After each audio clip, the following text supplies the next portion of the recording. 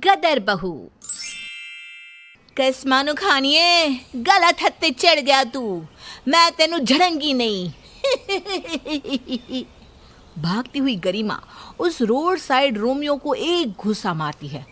तेरी तो ये कहानी शुरू होती है एक छोटे से शहर डाल्टनगंज से। डाल्टनगंज में शर्मा परिवार रहता था। शर्मा परिवार बड़ा ही सज्जन और सुशील था। ना किसी से बैर, ना किसी से ज्यादा बोलना, अपने काम से मतलब रखना। पर उसी घर में पैदा हुई गरिमा, जो उनके स्वभाव से बिल्कुल भी विपरीत थी।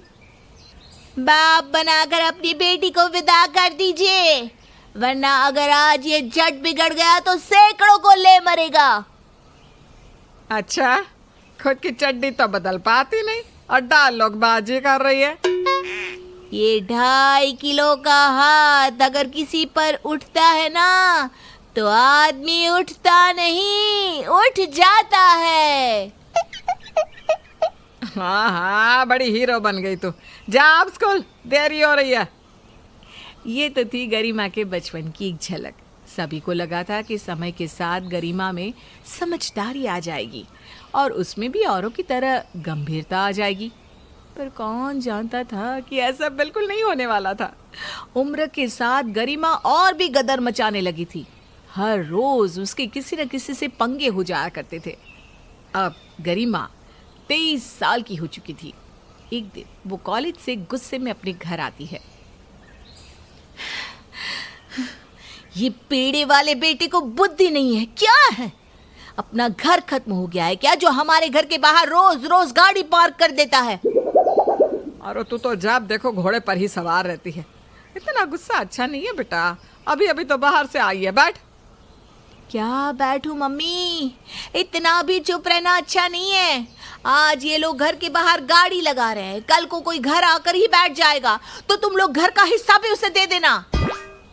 तभी गरिमा के पापा इतनी चिलम चोट सुनकर कमरे से बाहर आते हैं। अरे क्या हो गया, इतना चीख क्यों रही है? अरे नहीं जी, वो तो हम बस अपनी कुछ बातें कर रहे थे, है ना गरिमा? अगर आज ये बाइक घर के बाहर से हटी नहीं तो मैं इस बाइक में ही आग लगा दूंगी। आप तो किसी से कुछ कहते ही नहीं है, इसी कारण हम यहाँ तक पहुँच गए हैं।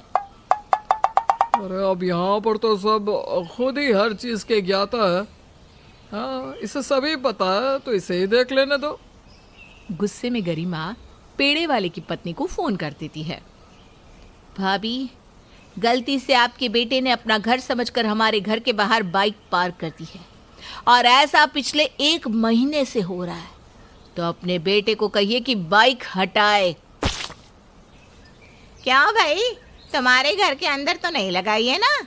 अरे भाई, उसे मना ही करना था तो 1 महीने पहले मना कर देते।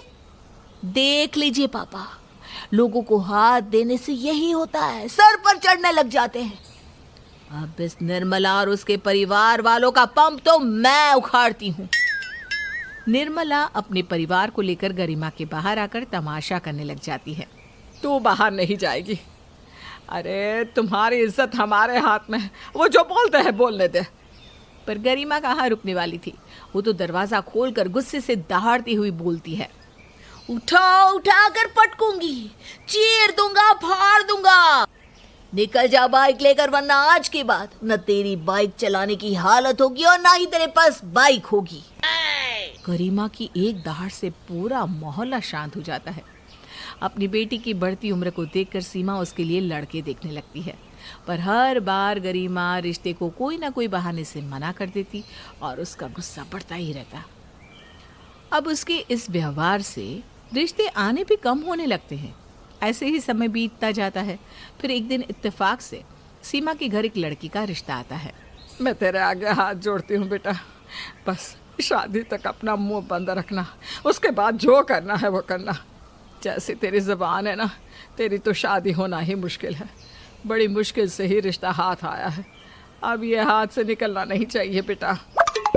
अपनी माँ की बात मानकर गरिमा चुप रहती है और उसकी शादी अच्छे से निपट जाती है। वो बहू बनकर मिश्रा परिवार में चली जाती है। गृह प्रवेश के वक्त। अरे द्वार छिकाई तो करो लड़कियों। बहू, अपनी ननद को पैसे दे तब तो वो तुझे अंदर आने देगी। गरिमा अपने पर्स से 5,000 रुपये निकालकर अपनी ननद को देती है। बस 5,000? लगता है मायके वालों ने ज्यादा पैसे देकर नहीं भेजा। वो तो आप जैसे मेहमान हो तो 150 की जगह 180 की प्लेट तो हो ही जाती है। पैसे बचे भी तो कहाँ से आंटी जी? आपको तो हर प्लेट में अलग अलग डिश खानी होती है, घर में पैक करके भी ले जाना होता है। अब इतनी खातिरदारी में खत्म हो गए पैसे। बाप रे कविता, तेरी बहू है कि तोप का गोला? बड़ी कैची जैसी जुबान चलती है इसकी। हाथ जोड़कर कहती हूँ आंटी जी, इस घर में बहू बनकर आई हूँ तो आप बच गई, वरना ये किसी और लड़की के साथ हो रहा होता ना तो आप मेरे हाथों से नहीं बचती। और कुछ इस तरह से गरिमा पहले ही दिन अपने ससुराल में भी अपना गदर फैला देती है। गरिमा के ससुराल में आए उसे कुछ घंटे भी नहीं होते कि वहाँ उसकी डरती हुई माँ उसे कॉल करती है। अरे बेटा, अपने मायके की इज्जत रखना। अगर कोई 2 बात बोल देना तो चुपचाप सह लेना। हाँ, कोई मुझसे अच्छे से रहेगा तो मैं भी अच्छे से रहूंगी मम्मी, और अगर मेरे सामने किसी ने शान पत्ती की तो घूंसा मार कर रहूंगी मम्मी। देखिए जी, ये लड़की तो हमारी किस्मत फोड़ कर ही रहेगी, सुनती ही नहीं। सीमा अपनी बेटी को समझाने की बहुत कोशिश करती है, पर गरिमा तो सुनने वालों में से थी नहीं। गरिमा रोज सुबह उठकर घर का सारा काम करती, बड़ों को इज्जत देती, अपने पति की सेवा करती, पर जहाँ उसे कुछ भी गलत होता लगता तो वो वहाँ बरस पड़ती। यूँ तो उसके ससुराल वाले उससे खुश थे, पर आस पड़ोस वालों को गरिमा ज़्यादा रास नहीं आती थी। गरिमा रसोई में एक दिन काम कर रही थी और प्रियंका अपनी सहेली से मिलने जाती है। अपनी बहू को बड़ा सर पर चढ़ाकर रख रही है तू शोभा। देखा है कभी मेरी बहू को कैसे चुपचाप रहती है? एक शब्द भी उसके मुंह से निकलते सुना है? एक बार मोहल्ले में बोलने की कोशिश की थी उसने, मेरे बेटे ने एक थप्पड़ मारकर चुप कर दिया। और एक तू है, जरा अपने बेटे से कहकर इस पर लगाम लगवा। ये सारी बातें रसोई में काम कर रही ही गरिमा सुन लेती है। जो बातें आप कर रही हैं ना आंटी जी, पता है उसे क्या कहते हैं? क्या है? आने दे तेरे पति को। चिल्लाइए मत, वरना इस केस को यहीं रफा दफा कर दूंगी। रोज आपके घर से आपकी बहू के चीखने की आवाज आती है। एक बार थाने जाकर रिपोर्ट लिखवा दी तो एक्चुअली उसकी भी जरूरत नहीं पड़ेगी, क्योंकि आपका केस मेरे हाथ में आ गया है। ना तारीख ना सुनवाई, सीधा इंसाफ। प्रियंका घबरा जाती है और फौरन अपने घर रवाना हो जाती है। इसी तरह दिन बीत जाते हैं और एक दिन गरिमा नोटिस करती है कि उसकी ननद नैना आजकल बड़ी गुमसुम रहती थी। गरिमा नैना से इस बारे में पूछती है। मैं जब कॉलेज की तरफ जाती हूँ तो एक लड़का मुझे बहुत परेशान करता है भाभी। मुझे कुछ समझ में नहीं आ रहा क्या करूँ। घर पर अगर इस बात की भनक लगी तो ये लोग मेरा कॉलेज जाना बंद करवा देंगे। इसी डर से मैं किसी को बता भी नहीं पा रही हूँ। अरे तू डर क्यों रही है? डरेगा वो लफंगा। चल, आज मैं उसकी खातिरदारी करके आती हूँ। गरिमा फौरन अपनी ननद के साथ बाहर निकल जाती है और उसे देखते ही रॉकी सीटी मारता है।